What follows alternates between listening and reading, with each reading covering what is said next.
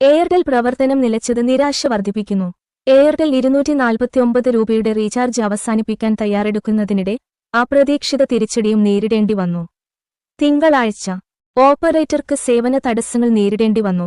ഇത് നിരവധി ഉപയോക്താക്കളെ നിരാശരാക്കി. എയർടെൽ താങ്ക്സ് ആപ്പിൽ പ്രത്യേകിച്ച് ശ്രദ്ധേയമായ പ്രശ്നങ്ങൾ ഉൾപ്പെടെ പരാതികൾ പെരുകി. ഔട്ടേജ് ട്രാക്കിംഗ് പ്ലാറ്റ്ഫോമായ ഡൗൺഡിറ്റെക്കർ അനുസരിച്ച് റിപ്പോർട്ടുകളുടെ എണ്ണം ഗണ്യമായി വർദ്ധിച്ചു. ഏകദേശം IST വൈകുന്നേരം 4:30ഓടെ 3500-ലധികം പരാതികൾ എത്തി. തടസ്സങ്ങൾ ദിവസത്തിലെ വാർത്തകളിൽ ചേർത്തു. നിരവധി സബ്സ്ക്രൈബർമാരെ ഇരട്ടി പ്രഹരമേൽപ്പിച്ചു. അവരുടെ പ്രിയപ്പെട്ട ബജറ്റ് പ്ലാനുകളിൽ ഒന്ന് പിൻവലിക്കുകയാണെന്ന് അറിഞ്ഞതോടെ സേവനങ്ങൾ ആക്സസ് ചെയ്യുന്നതിൽ പ്രശ്നം. ഇപ്പോൾ എയർടെൽ ഉപയോക്താക്കൾക്ക് കമ്പനിയുടെ നിലവിലുള്ള പ്രീപെയ്ഡ് ലൈനപ്പിൽ നിന്ന് മറ്റ് റീചാർജ് ഓപ്ഷനുകൾ പര്യവേക്ഷണം ചെയ്യുകയല്ലാതെ മറ്റ് മാർഗമില്ല. ടെൽകോ പുതിയൊരു പകരക്കാരനെ അവതരിപ്പിക്കുമോ? ഒരുപക്ഷേ ഉയർന്ന താരിഫിൽ എന്ന് കണ്ടറിയണം.